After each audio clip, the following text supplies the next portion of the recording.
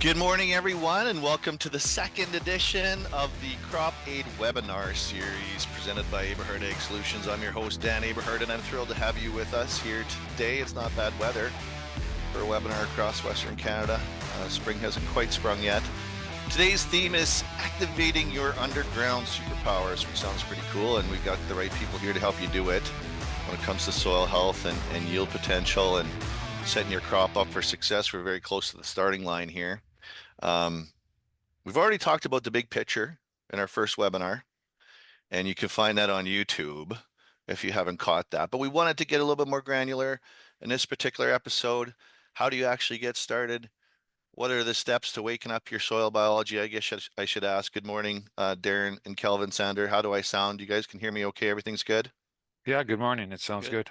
Yeah, we got Team Canada on board here, representing, proudly Canadian, I guess. Hey, Darren? Bet. You bet. Okay, sending a bit of a message there. Yeah, just noted that we had some technical issues, so Darren Sander is actually working under Darren Fisher's title there. I don't know if that's I guess you've been promoted to technical advisor. So we'll be asking you the Yep. hard questions. But today, hopefully, we'll get Darren Fisher on the call. But we got the two brothers in arms here, Darren and Calvin, talking about soil tests, soil health, and so today we're going to get a little bit more granular, and we want to talk about the first steps in soil health. And I guess I'm curious, Darren, why is it that well, before I get started though, I have some questions from the people that registered, but please put in the chat. We got about 30 on the call here today. Put in the chat what it is that you want to know today, what you want to find out, and I will get to all your questions here today. We have no problem answering any questions, and I already have some from the registration. So that's really cool. So Jody Berglund, what is it that you most want to know? I'm gonna pick on a few people here. Come on, Jacqueline Kelly, Wade Fuchs. Good morning, everybody. Okay, so getting started, Darren, why why seed primer? Why does it matter? Why do the seeds care? Well, first 30 days dictates the maximum yield potential. So there's no making up for a poor start. So what we're trying to do here is we're put on a nutrient pack right onto the seed. So good old NPKs, some essential micronutrients for the best possible germination and seedling vigor.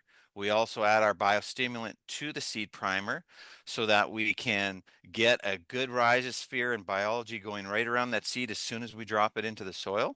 And that protects the seed from the surrounding soil. So basically putting a cocoon or a rhizosphere around that seed and hiding it from the ground that it's in. So hiding it from the soil pathogens, hiding it from temperature and stress and whatever conditions that are not perfect.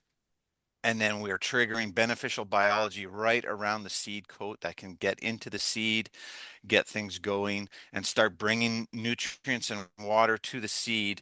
Obviously, the seed has no roots, so we're trying to pull things towards that seed to get it going. And as that seed sprouts and starts to grow, we're going to build that rhizosphere right along those new roots and shoots and protect it the whole way as it's growing. Um, and again, refining nutrients, getting it to that seed. In nature, every seed that drops into the soil has something called a spermosphere. And basically what happens when you drop a seed into the soil and it gets an adequate amount of moisture, it pushes out a little bit of a biostimulant or exudates to call in biology to help it get going. That's a natural thing. All we're doing is amplifying that and boosting it.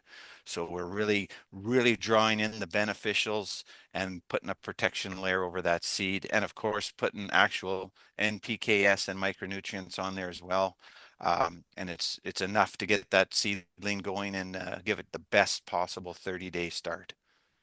Yeah, so there's a lot of different seed primers on the market, and I know that you are very specific with your manufacturing process and your ingredients and how you've gone about this. Uh, did you guys want to tell me a little bit about why these ingredients make a difference and what's special about them? Well, I don't know if there's anything special. It's just a really, everything's about a balance, right? So we're just putting a really balanced starter blend down with that seed. It's not a lot because it's just a primer, but it is enough to get that seed going and rolling. We have a heap of data on the website that shows from seed labs when we treat seed versus non-treated. So just typical grain farmers are bringing into the labs to test to see if they're going to can use it or not next spring. And the differences are just astounding how much we can lift vigor and germination with just a bit of a primer and a bit of a biological activity right around that seed, sorry.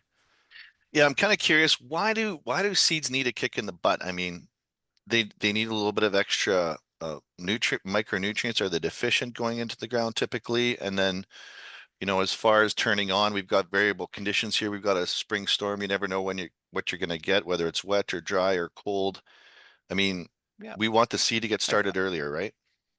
yeah, I think in ideal conditions, good fertility, nice soil, warm temperatures, adequate moisture, seeds are fine on their own, but we're not really dealing with that in the real world as farmers. We're planting as soon as we can, so we're dealing with cold soil conditions, uh, and I guess snow melt, so things are wet and sticky and cold. So it's not ideal conditions to start a plant.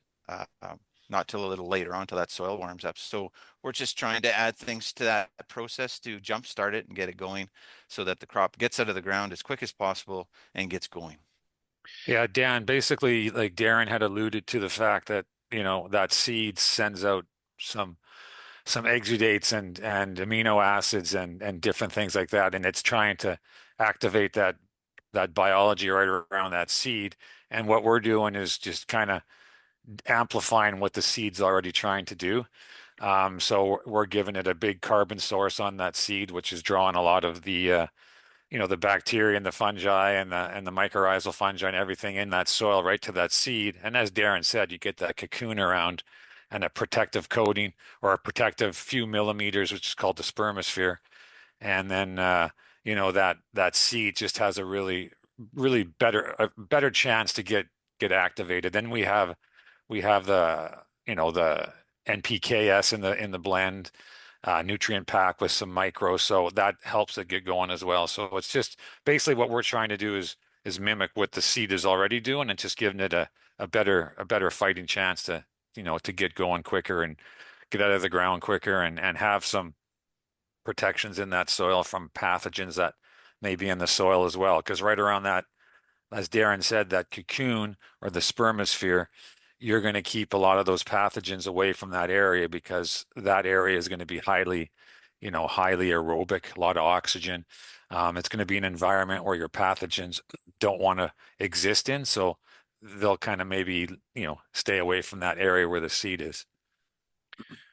One of the ingredients that you guys talk a lot about is ammonium lignosulfonate and how it boosts the microbial activity. Is that common throughout all of your products that builds on the biological theme in the soil? Or how does that work? Yeah, for the biostimulant products, so the Crop Aid Plus, the core biostimulant we spray across the soil, that's a big one in there. And for the seed primers, both the Crop Aid Seed and Seed Plus, yeah, that's in there as well as our active. It's the main active to get biology going. And one question is that we always get, especially at a trade show, what makes your product different than the next 20 booths down the same aisle? There's a huge difference. Uh, Everyone's using a carbon source, and everyone's talk is to achieve the same thing, which is great. Soil health, loose aerated soil, all that stuff. However, there are different ways to get there, and like in anything, not everything's the same, right? So not all carbon sources are the same. If you're going to look at getting the beneficial biology rolling in the soil and out of dormancy, because it's all in dormancy coming out of a winter for sure, how do we do that? Well, how did plants do it in nature before we came along and cleared the land? They dripped a plant-based produced carbon exudate into the soil to get that biology going. Plant-based is the key word. So we're not using a mineral-based carbon. We're not using, an exhaust gas or a humate or a fish meal or anything like that. We're using plant-based lignin. So lignin, ammonium lignosulfonate in particular, comes from the pulping industry. So freshly cut living trees get into the pulp mill, they get pulped. Side benefit or side product from that is lignins, different ones, but ammonium lignosulfonate in particular again is fresh plant-based living carbon with energies. And what people need to realize is the energy component of that living plant-based carbon that triggers the biology out of dormancy. So it's very, very key what type of carbon we're using. If we're trying to get plant-based critters out of dormancy, we need to use plant-based ingredients. Therefore, you'll see in our products the lignin and the kelp or the seaweed extract, both plant-based, and then surrounded by key nutrition, which is the micronutrient part of it. So not only are we sending nature's signal back into the soil that's now missing, but we're fine tuning that signal with zinc and iron and boron and a few others, and we're targeting specific microbial groups as well that we really want to awaken and get going to help the plants that we grow in North America. So not only are we sending Mother Nature's signal into the ground to get that biology going, but we have now fine-tuned it and amplified it and made it even more specific to what we're growing on our land. Yeah, Darren, I really like what you said there about the differences, but can you quantify and clarify a little bit too the difference between that ingredient and there's a lot of humics and humates on the market and the difference between the raw material because I think it makes a big difference.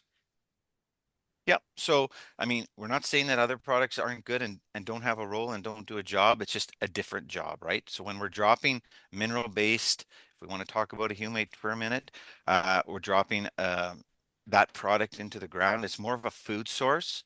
So yes, food sources do get biology going in the soil. Absolutely.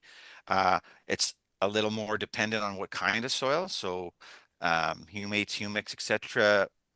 It does matter quite a bit what the organic matter component of that soil is already. If it's over 2, we're not seeing a whole lot out of those products because we've already got a lot of organic matter in the soil. If it's under 2 or under 1, we see a lot more out of those products because we're adding that that organic or that carbon base back to the soil so the biology has something to eat and munch on while it refines nutrients and while it does its job. But it differs from a plant-based carbon with energies because it's only that type of carbon with those type of energies that can get all the spokes in the wheel out of dormancy. And it's very important to understand that if we are all as farmers dealing with tight compacted soil, right?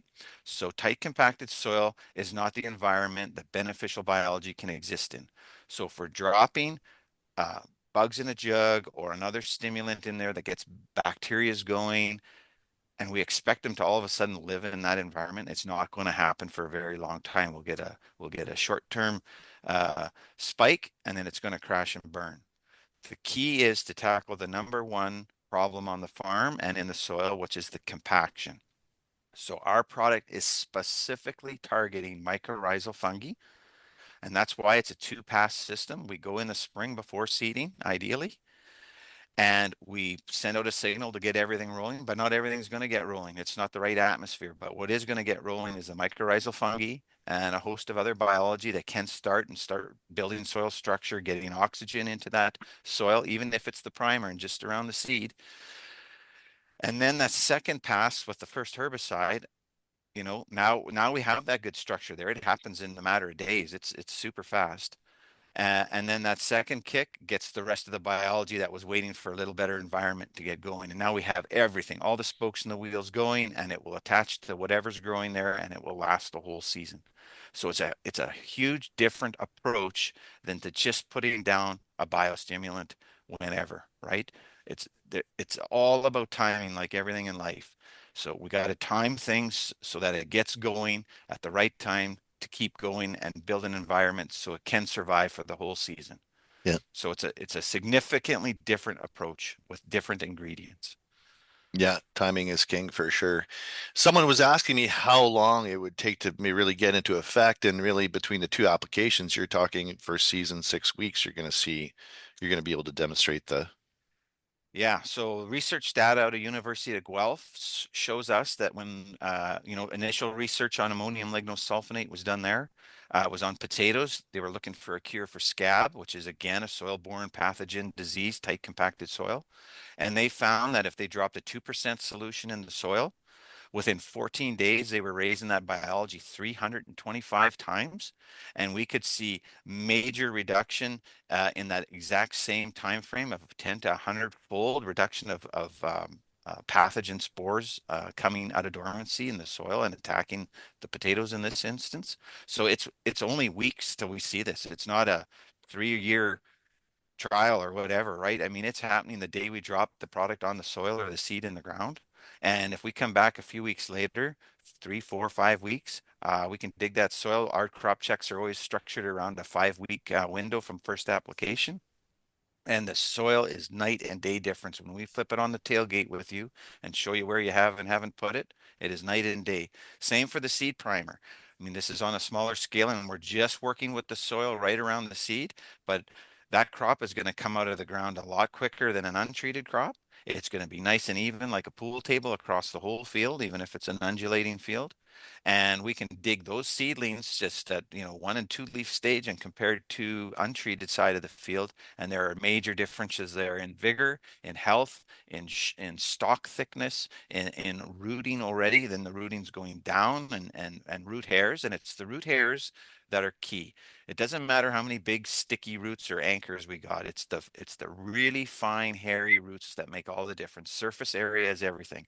So if we want to get nutrients and moisture into a plant, it doesn't go through the big taproot. It's through the fine hairs that have all the surface area. So it's very key that that's something we're looking for, and not just at the top 2 inches. We want those fine hairs on the laterals, on the top, going down, or on the roots, and not stopping at that mechanical compaction layer 2 inches. We want to go straight down 8 or 10 inches so that we can use the whole soil profile so that we're not farming the top 2 inches in drought conditions right away as soon as the rain turns off.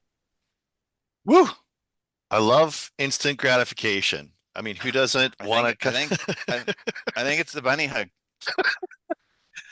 I love that you said bunny hug too. We know where you're from. If anybody from North Dakota or Manitoba, I don't know about Alberta.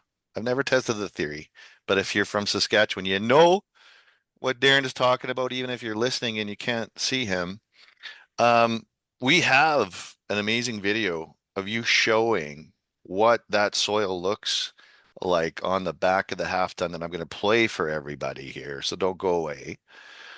But I did have some questions coming in, and I did want to ask the audience something here before I ask it to the two brothers. But back to the seed primer, how many of you are using seed primer, and what's been your experience? I'm very curious as to what the percentages would be, and we'll get back to that. But Bryce Eager said there's enough Saskies in Alberta. When you know, you know. That's right. Actually, you probably have the people in Alberta from Saskatchewan, so they're all talking bunny hug and Vico and power pole instead of hydro pole like in Manitoba.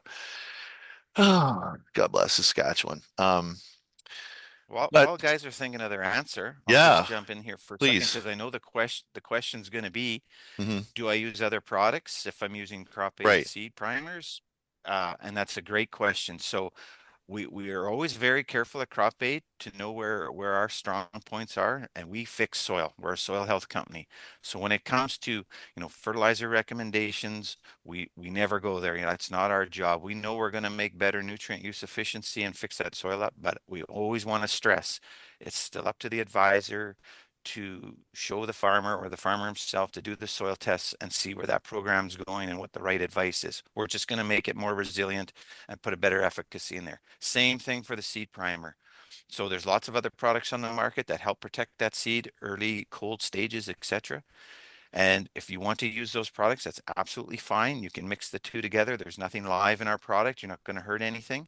Uh, Especially if you're growing a crop, a barley or a wheat that is susceptible to a smut or something like that, or you're growing durum that has a high vomi count in it, that's not the greatest seed. You go to the chemical shed and protect the seed for those specific problems or diseases, and make sure you're covered. We're not going to tackle, inherent problems that are already in that seed or that species of grain. We'll do an overall protection and stress reduction and a vitamin pack to get it really going. But if you need components from the cab shed, please, make sure you use those and use, proper common sense to protect your investment there.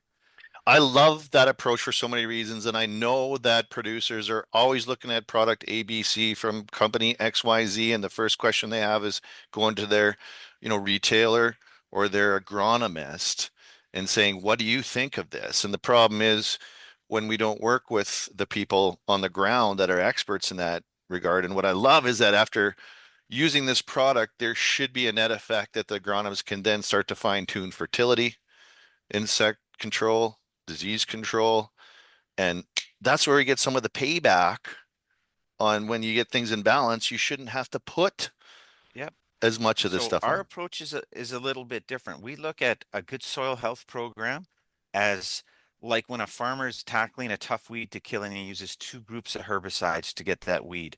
So in this case, we're using two-prong approach, right? So we got the chem shed that can help us with specific problems, say on a seed, we're talking seed primers, and we can add the crop aid primer to there and have another mode of action, another degree of protection, but different protection and another way to get that kernel going to the best possible start. So it's like a two-pronged approach. It's just adding that extra layer of efficacy to everything you do, whether it's spraying weeds, whether it's putting a seed in the ground, whether it's your fertility program. We're not saying to take anything out. We're just saying we're going to make whatever you're doing a lot better. We're going to take it to the next level. If that little bit of mode of action that you get out of a good soil health is enough to knock out a certain product you're using or just give you enough, say, bug control through the complex sugars and proteins in the crop that maybe you don't need to spray a light infestation of something, well, fantastic. But again, we always put that back to the farmer and the advisor to realize you've got this other mode of action working for you now and advise around that. Use it to your benefit. Just you can take the farmers to the next level for profitability and efficacy on everything we do on the farm from the soil up. Yeah, I love that. What do Hey, you think of hey, that Dan. price Eager? Yeah, I was going to ask you, Calvin, jump in. You Yeah. got some. No, I just gonna say, just adding on to what Darren was saying, like the biggest things that we find, like we do a lot of testing with our seed primers in the seed labs, and we found consistently that we're raising the germ and Mhm. we're raising the vigor. So even on good quality seeds, some guys ask, well, should I use that? Well, I mean, we've taken like an Invigor canola seed that's been, treated already right out of the bag, and we've raised the germ, 1 or 2%, and we've raised the vigor about, 3, 4%. So, but the whole idea is, getting that good, even emergence out of the ground, and also, just like the great start and giving it that nutrient package. So I mean, they can work hand in hand with your seed fungicide. They work, mix them in with your inoculants if you want. We know that we can treat the seed for up to 120 days before it goes in the ground. So we've had guys who bring their seed home from the cleaners in maybe March, and then they treat it with our product right into their bin, and then they bring it out maybe 6, 7 weeks later and put it into the drill. So it works really well. It's cost effective as well. It's not one of these things where you're Right. adding a whole bunch of extra cost to what you're doing. Yeah, what is it cost roughly to start with the seed primer? Well, we're looking at full retail anywheres from $1.60 a bushel to 2.20 a bushel with the mycorrhizal spores. That's full retail. So.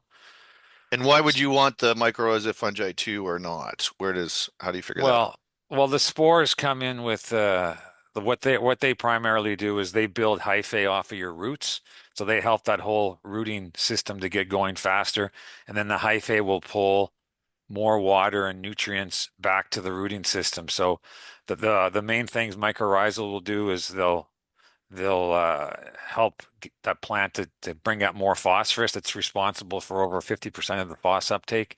And it also helps with other nutrients and also with water uptake as well. And the other thing about the mycorrhizal, what they can do is as that rooting system is expanding in your soil, and if it starts to get little openings or gaps in the system or in the root system, the mycorrhizal can fill those little spores or holes and keep pathogens out. So it's, and then, some crops are more dependent on mycorrhizal fungi than others. So for instance, flax, most dependent crop that we grow for mycorrhizal. So if you're growing a flax crop and you can get this product onto the seed with the mycorrhizal spores, it's fantastic. You just get that really good quick jump and the emergence, because the canola that we grow on a canola rotation, the canola actually sends down exudates into the soil, which suppress the mycorrhizal. So when we come back in the following year with, let's say, a wheat crop, a lentil crop, or durum crop, whatever it might be, those crops are going to have less mycorrhizal in that soil to start with because of the suppression from the canola. So the spores, if you put them on your seed, whatever that crop might be, it really helps to get the mycorrhizal in your soil going quicker. And the other thing too, going back to the biostimulant, when you spray that on, because the mycorrhizal fungi is in your soil, that's going to help to bring that back into your soil a lot quicker as well. Yeah, Make I'll maybe mycorrhizae throw in fungi something. great again. Go ahead. I'll throw in a little note that maybe guys don't think of that's actually biology in their field and nothing else. So a few crops that we grow. So corn, oats, barley. Those are peas is another one. Those crops, when we grow those, if we look at that soil in the fall after harvest, it's pretty soft, right? Compared to a canola, a wheat, a lentil, a durum, flax is brutal. The land is hard as a rock. Well, what's the difference there? Well, the difference is that those plants that have soft soil in the fall are better hosts of mycorrhizal fungi. They're better hosts of biology. They are more closely drip down and exudate in the soil that is somewhat close to what, or closer, or has some components that that native vegetation used to drip. And therefore, we have better biological action around those roots of those specific species of crops. And that's the difference. The difference between softer soil in the fall and hard as a rock is the plant type and its ability to host and get biology growing around its own root, just all by itself.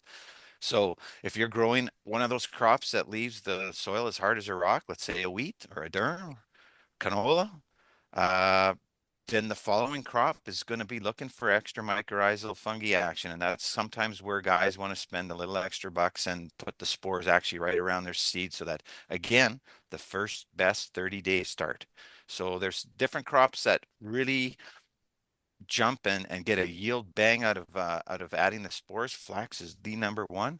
It's the poorest host that there is that for a crop we grow. And then sometimes it depends on your rotation. You know, a crop following corn or oats or barley or peas, you're already going to have not bad mycorrhizal going in the soil, and we're going to jumpstart that all with our biostimulant and get that all going even before you start seeding. So in those cases, maybe you don't need to spend that little extra money. But when you're following a brassicas, a canola or a mustard, or you're following a flax, uh, another really bad one is like hemp. Oh man, that ground is like concrete. You know, if you're following something like that, that's really hard on the mycorrhizal fungi family, then it's a better idea to add a little bit to get the best first 30 days. And one other little bit of tidbit information, if we go much over 30 pounds of actual seed placed phos in the soil, that will shut down all the mycorrhizal in the soil, your native stuff, because you've got so much around the seed there. Once you pass about 30, I think it's 30 pounds, the research shows, you're basically saying, hey, we got more than enough pee around this seed. You guys just stay sleeping. So if you're a guy that's going over 30, that's another place where we could put it right around the seed and just get it going regardless of your phos. And usually when you cross that 30P, because you're not getting the benefit of the biology refining that phosphorus and getting it to the plant and reducing the soil loss and tie up and putting that efficacy in there. Once we cross that 30 pounds and shut that system down, this is if you're not on a soil health program, then you need to jump from 30, quite a bit higher to pick up that gap. Now you're talking 50 or more to get the same vitamins back up to the plant that you did, say, at 25, 27, with some biology helping you. So it's just a thing to remember there. I'm not saying cut and go low, but if you are, there's ways to farm around that and keep the wheel going, even though you're going to start shutting things down. So. By my reckoning, with the price of pea, we could use the biology to help us out a bit. I want to thank everybody that's been putting some comments and questions into the chat. The more contribution we have from the attendees, I think the higher the value, the conversation for everybody. We want to know what you want to know about, and we want to know what your thoughts are. So we'll get to a few questions, and then we do have some show and tell of you out in the field, Darren, and we do have a couple slides to talk specifically and show. I mean, a big part of crop aid is being visual and showing what you're saying to be true. Um, but Randy Gimmons, thanks for the comment here. Good morning. There's more and more interest in growing soybeans up here in the Northeast. I take it you're talking Northeast of Saskatchewan. Does Crop Aid Seed Plus work on soybeans? Yes, it works very well. We're just pushing down into South Dakota, Minnesota. We got quite a few acres going in there this year. And of course, last year's trial plots with farmers, we had lots of soybeans going and fantastic results. It's no different than on our peas and lentils up here. It really, really helps them get going, especially lentils. They're not a very hardy plant. But we find that especially when we put the seed primer mixed with an inoculant, and always inoculant, of course, always get the exact right rhizobia down.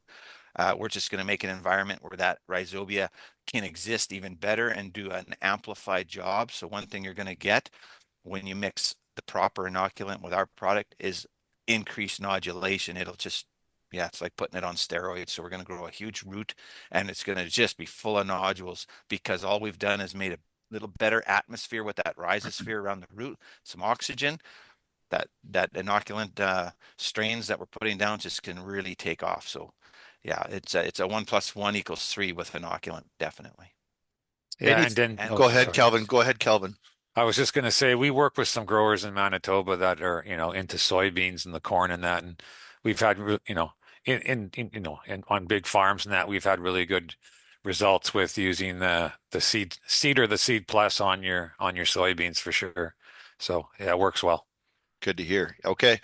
Any thoughts on high P soil for manure, for example?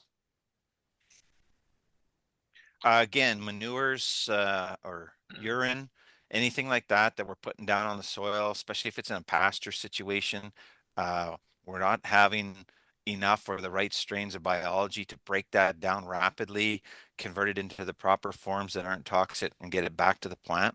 So this is our crop aid plus biostimulant. When you do get that right biology going, it's a major bonus to get that rolling, to get those products broke down, refined, and trade them back to the plant so that they're not toxic. And if we're in a pasture situation or a field with good, or not good, but lots of compaction, again, we want to get that broken up so we can get those nutrients from the surface back down into the rooting zone and get some translocation of nutrients and get that nutrient cycle going. And Dan, just to add to that, we've got some growers who have told us that when they put their manure down and they're using our products, like from what they're telling us, that process usually takes into the second year until you're starting to see the real benefits from the manure that's been applied. And when guys are using the Crop Aid Plus, they're telling us that they're seeing those results happening in the first year. So you're Mm. getting a lot quicker. Like Darren said, you're getting that breakdown of that manure and everything is happening much quicker, and then those nutrients are being able to be utilized, by those crops. So, I think we we don't. have a photo of that, Dan. Sorry, Calvin. I think we So have it's a okay. photo of that, Dan, with that corn stalk. Okay. Uh, Do you want if me you to want to bring that show up? that now. Yeah, and then we can Sure. just say that that's a great example of breaking down an organic product like a manure. But in this case, it's a corn stalk, and how Mm-hmm. quick that can happen. Okay, which Uh, slide would that be? Let's see. Can you guys Uh, see that okay? yeah, keep yeah, scrolling. I'm gonna play slideshow I here. think it's the one above that, is it not? yeah, there it Yeah. is. Mm-hmm. So if we look at this, this is in eastern Saskatchewan. This Yep. product was on a brand new field. It was a 640 acre field split in half. That Mm-hmm. was canola. And Yeah, yeah, so last year's crop was corn. This year's crop was canola that it's growing in. If we look at the soil on the left, this is 55 days only after the first app went down. at pre-burn. So that soil on the left is, a fine, loamy soil. The particles are really fine, not a lot of oxygen in that soil or moisture. It's a lighter color. If we look at the soil on the right, it's got structure to it. You can see all the little balls like marbles all over. It's darker because the biology sequesters carbon extremely rapidly, so it changes the color in lighter soils. It also has more moisture in it. You can visually see it, but we could make a mud ball there. And it has that good earthy smell to it, like a mom's garden or a peat moss bag, where the soil on the left has no smell because the smell is the living component of the soil. But more importantly, here we're talking about breaking things down. If we look at these corn stalks, the one on the left still has the root hairs on it. There's been no breakdown there. It's just sitting there from last year. The one on the right, same field, everything is already digested, turned back into nutrition and traded to the growing crop. And all that's left is some of those big anchor roots, and it's rapidly working on those. So if that can do that to a hard, roots on a corn stalk, you know, urines and manures are much easier to break down. There's softer components. They've got, you know, more food sources in there for the biology to go. It just happens so quick. And again, this is only 55 days here. Awesome. Did you want to take I guess we should try and get to some of these questions here before we do a little bit more show and tell. And keep them coming. Keep them coming. Um, so Daryl Chubb said, in my consulting business, I use more primers and stimulants versus pink seed. Been that way for 6 to 8 years now. It's likely an 80-20 split on 100,000 acres or so. Okay.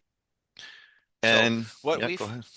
what we find, and I'll use our own farm as an example. I mean, we used to have the pink seeds and the pink gloves and the pink boots, like everybody else. Um, but, we were using good grain. We're growing crops that don't have any inherent, like a smut or whatever. We're not growing those crops. So really we were treating, so as a feel good, so we sleep good at night. Okay, we've done everything we can. We've treated the seed. It's all good. But did we really need to spend the 5 or 8 bucks and put poison down on that seed? We're finding that a lot of farmers are in that boat. They want to put something down on so they can, feel good and sleep at night and do the best possible start. But we're the same, the primers and the stimulants, uh, they're less money, or ours is certainly a lot less money, sometimes a fifth of the cost or a fourth, a quarter. And we're actually getting ROIs out of that. We're putting a nutrition pack down. We're getting that biology right around the seed. We're getting some stress off that seedling. We're boosting vigor and germ. So whereas if we're just using a preventative for no real reason, I mean, there's no ROI there, right? It was a blanket that we didn't need in a lot of cases. And now again, I want to stress, we're not a company that's saying take that off, use ours. That's up to you and your advisor. What are the right conditions where you should be using something from the chem shed? We're just going to make that even better. But if it's a situation where your soil's good, your species of plant is fine, the seed is great or new, why do we need to put poison on it? So that's a Yeah. question again that, you need to ask yourself as a grower. Yeah, no, that's a great point. So Daryl Chubb was also asking where the product is made and packaged, and I would offer this up.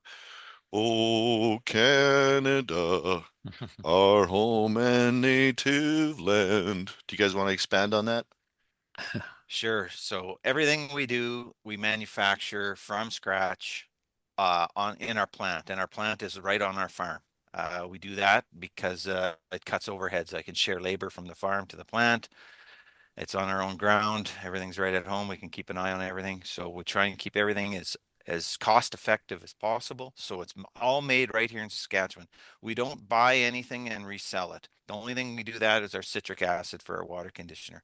Everything else we're bringing in raw ingredients as much from Canada as possible, and we're blending that and manufacturing products right from scratch in our plant and then shipping them out across Canada and now the northern US. So quite a bit different approach. We're not an investor-owned company, just simply importing something and reselling it to the farmers.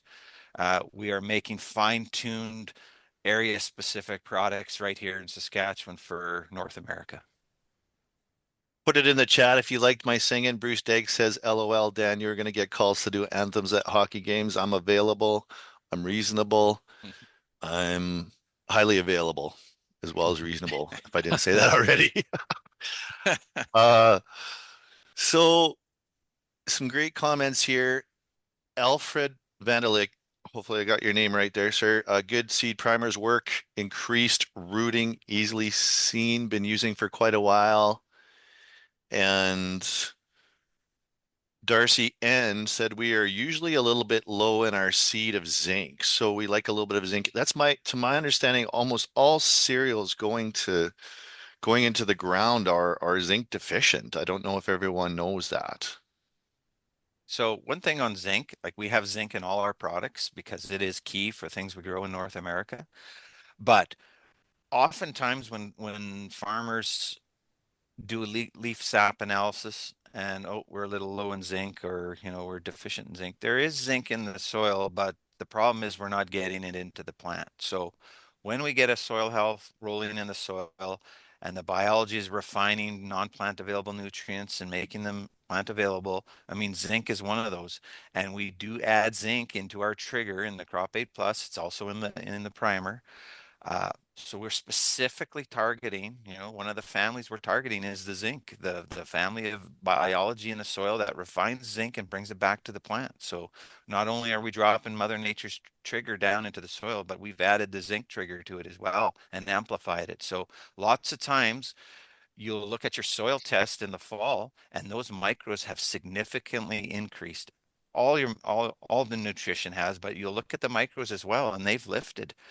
How did that happen? We didn't add anything. Well, we've just taken it and moved it into a form that we can get on the soil test now. And lots of times we can get enough micronutrients to the plants where we're not having to spend any more money, nursing and teaspooning those micros to that crop. Now, not in all cases. If there's a big deficiency, again, we need to address that. We always need to, put back what we're removing. But if it's there and it's just not plant available, well, lots of times we can help with that. Yeah, for sure. No, that's really good. And if you look at some maps of zinc deficiency in North America and worldwide, it's pretty evident in the food chain as well. Bryce Eager is asking differences based on pH recommendations for alkaline soil. Who wants to tackle Yep. that one?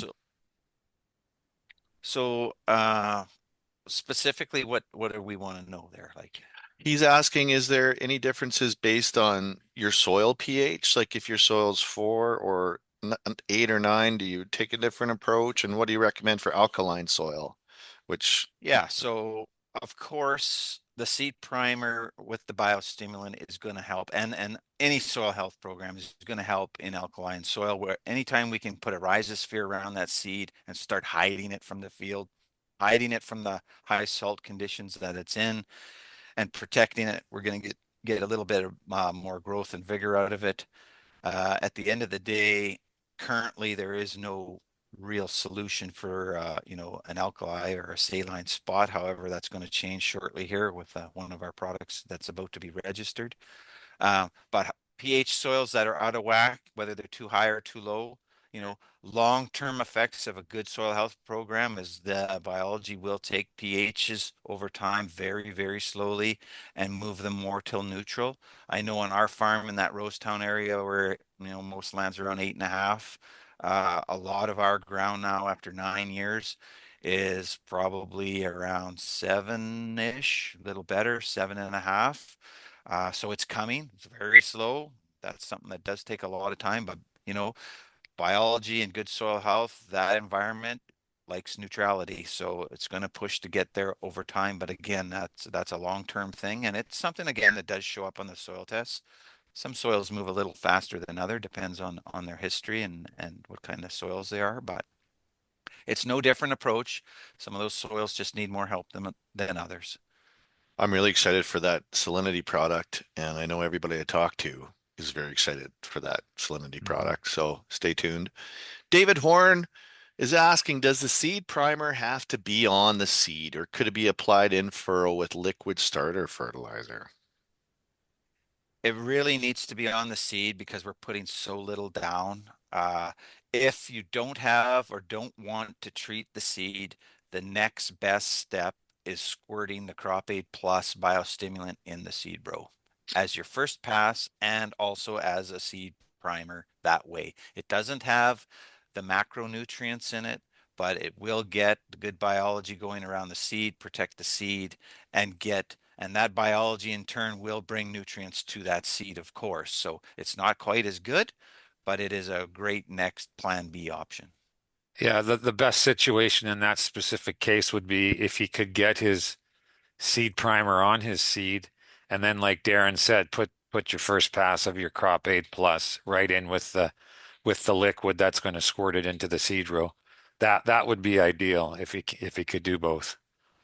Yeah. Okay. And Thank you, guys. it's absolutely fine to put the biostimulant down, squirted in row or streamed on or however. It doesn't have to be fan sprayed across every square inch of the soil. Again, it's a little different thinking. We're putting a trigger down. So it doesn't really matter if it's on foot spacings or in the liquid tank with the Alpine or 1034 or whatever, or streamed on with 28, even at 18-inch spreads or whatever. It doesn't matter. As long as we get it evenly across the soil, it will do its thing very rapidly.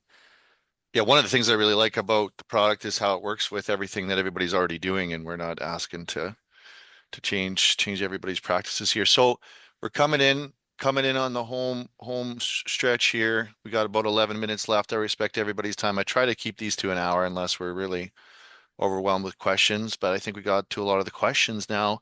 So the two things we kind of want to show to bring this home now is we got a couple slides that demonstrate the seed efficacy. So if I could share those, and maybe Calvin, you were gonna walk us through a few examples here. Can you see that okay?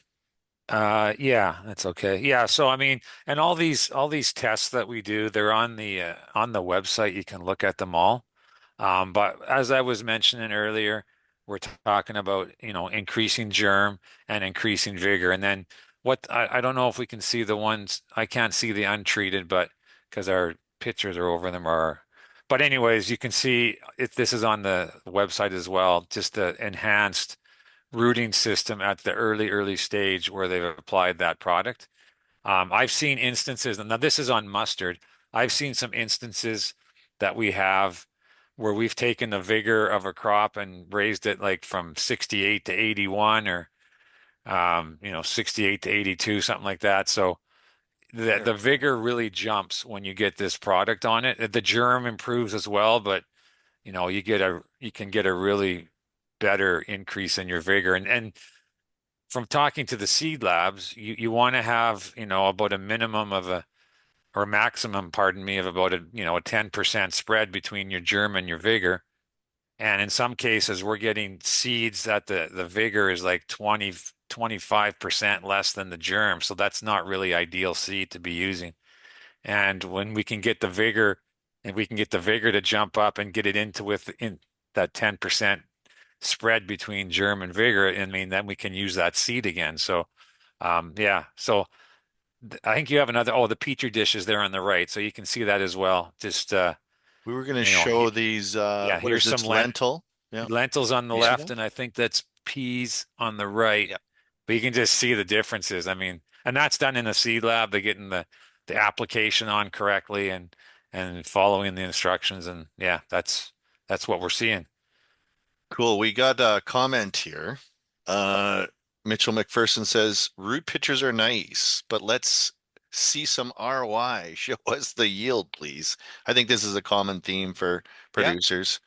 Absolutely. And it's what we talked about before, other systems show us a fancy route for a short period of time, but it doesn't give us an ROI. So it's a very good question. And as far as ROI goes, if you look at our data on the website, again, we do third-party independent trialing every year all over the place. We post it on the website as we receive it. We don't shiny it up. And you will see over 8 or 9 years of data now that we're consistently 2 to 5 bushel an acre increase. Uh, but even maybe more importantly is the back end. So we split a field in half, say we take a little more grain off the treated side. Everything else is the same, but that soil test is all important. Now it's showing us that we have an excess or an increased amount of nutrients, both macro and micro. So that again is a significant ROI. However, that gets used on the farm fertility can go three ways. It can either you need more fertilizer because you're getting able to grow more grain off that field now, or you stay the same because your fertilizer was pretty good. You're growing a little more grain, you're getting a little more efficacy out of it, or you're over the top a bit, high rate guys, you're going to just see that pile up on the soil test. Then it's going to be up to you and your advisor how to deal with that in the future. But a lot of guys have been forced to cut back a little bit because it just gets too much excess. And it's just simply making a better efficacy out of that biggest bill on the farm. So ROI is definitely there. We can talk about that for another hour and all the other little ways you get ROI, but those are the two main ones. Mitchell, what are you going to spend your money on? How many totes do you want here? Come on. Uh, well, I'm going to follow up there with Mitchell at some point, and hopefully we can. So to bring it all home here, one of the things that you guys can see this screen here.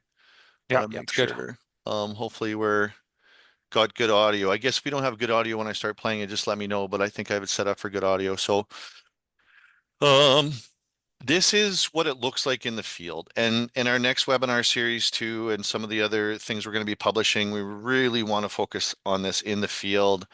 And I love that you're promoting getting folks to grab a shovel and look at what's under the hood in the soil and get interactive. And this is a demonstration of what the crops checks, the mandatory crop checks that are being promoted.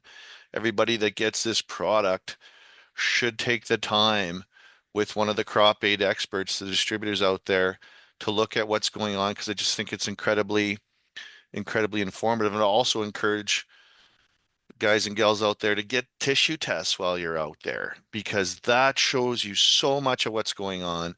So let's take a look and a listen at what Darren does in the field and what your crop aid nutrition rep will do with you in the field should you choose to work with these experts. So let me know if the audio's not working here, but So the same concept as when you get spring runoff or a thunder shower, where we want the moisture to sink into the soil profile and not just run off into the low spots. So, okay. Yeah, no, well, I could tell. So that's the moisture part of it. I mean, your plants are nice, they're healthy, you got decent roots on there, nice fibers, little less laterals, not quite as tall of taps, but that's a compaction thing, right? Mm-hmm. You can't drive roots into compacted soil. Well, you can kind of see the layers from this side already. So when we were talking about those shale layers, you know, that's the stuff you're trying to put a plant through in a root. And what we want to do is go over here, and we want to be working with soil like that. Yeah. Where you could smell this as it was breaking apart too. Yeah. Where you have earthworm holes, I seen when you set it down, there was a bunch of holes from earthworms and stuff. So it's that's the major difference. Here you can still make a mud ball. Here we're just feel it. We're hard as a rock already, right? wow. Yeah, any comments on that? That was done in eastern Saskatchewan this past summer. So that was, just done recently. Yeah. That exact sample is what we see all over the world. Wherever I've traveled, that's the issue for farming. That block of soil versus what we can achieve still while we're doing maximum production. It's easily attainable. Interesting. And very, very, very quickly. Michael Muscovy asked something here when he registered that I thought was good. What are the mixing instructions when applying with glyphosate? And obviously, practically, it's got to mix with most things in the real world here quite nicely. Yep. So mixing instructions are on every jug, every tote, but they're very simple. Always follow your chemical label instructions. Whatever they are, you follow those as you normally do. Once you have all your chemistry into the sprayer tank, you throw the crop aid in last and top her up. Awesome. It's that simple. Yeah. Okay. Well, we got 3 minutes left here. I think I'll just give you a chance to wrap things up, Darren and Calvin, going into the season, going into the spring. Maybe if people are interested in working with this product, how do they go about it? Do you have supply? How do we implement this in our businesses? Yeah, no, we've got we've got a network of distributors out there that that people can work with. There's the toll-free number they can get a hold of us. Yeah. We're really, heavy into manufacturing and and starting to get product shipped out this last 5 or 6 weeks. We've been doing a bunch of shipping, and that's going to just amplify here quickly once we get into April. But if they can either contact, one of their distributors, or like I said, the toll-free number, or email the website, and someone will help you out and answer your questions, and we will deliver product to the farm. So if people want this product, we do our best to get it out to you and before you need it. So Yep. Hopefully folks are scribbling down that number there. It's 1-866-249-0666. One more question has come in there from Mitchell. Has it been paired with moisture probes? If so, are you seeing a difference in rooting depth and moisture infiltration? Yeah, that's something that we're always working on, and we've joined forces with some more specific researchers this year to actually get some data behind that. So for now, it's just been a lot of not anecdotal, but just stuff that we see but don't have down on paper. But yeah, it's a huge difference. Our product, we're seeing differences down as deep as a meter into the soil as far as water infiltration, better water holding capacity, and of course the roots are following that down as well. So it makes a huge difference. We've been soil testing sequestered carbon with our product versus untreated half fields, and yeah, we're finding it at over 3 feet deep. In a couple of years, we're sequestering carbon down that deep with the biology. So definitely, for sure, we're getting into the depths of the soil and making big differences.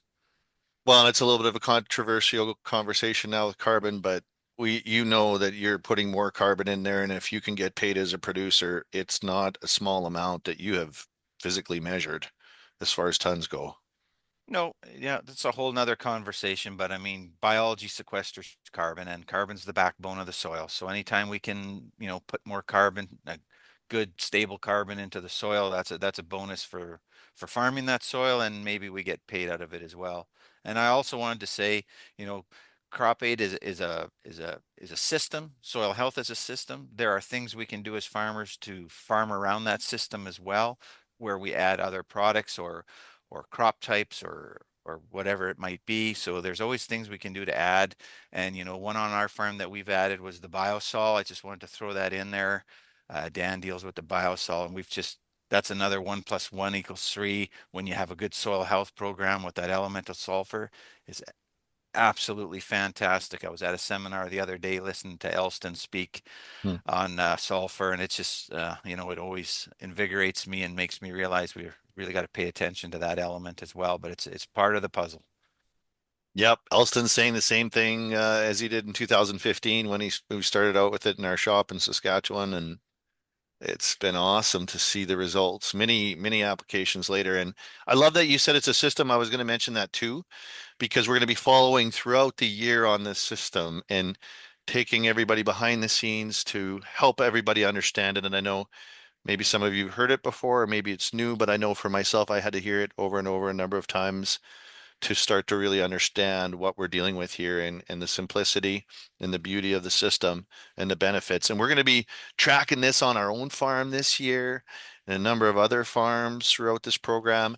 And I think you'll hear from us again, early June, where we can really dive into that first application of Crop Aid Plus and get everybody thinking about compaction and talk a little bit about what we're seeing with emergence, and then start thinking about the foliar part of it as well.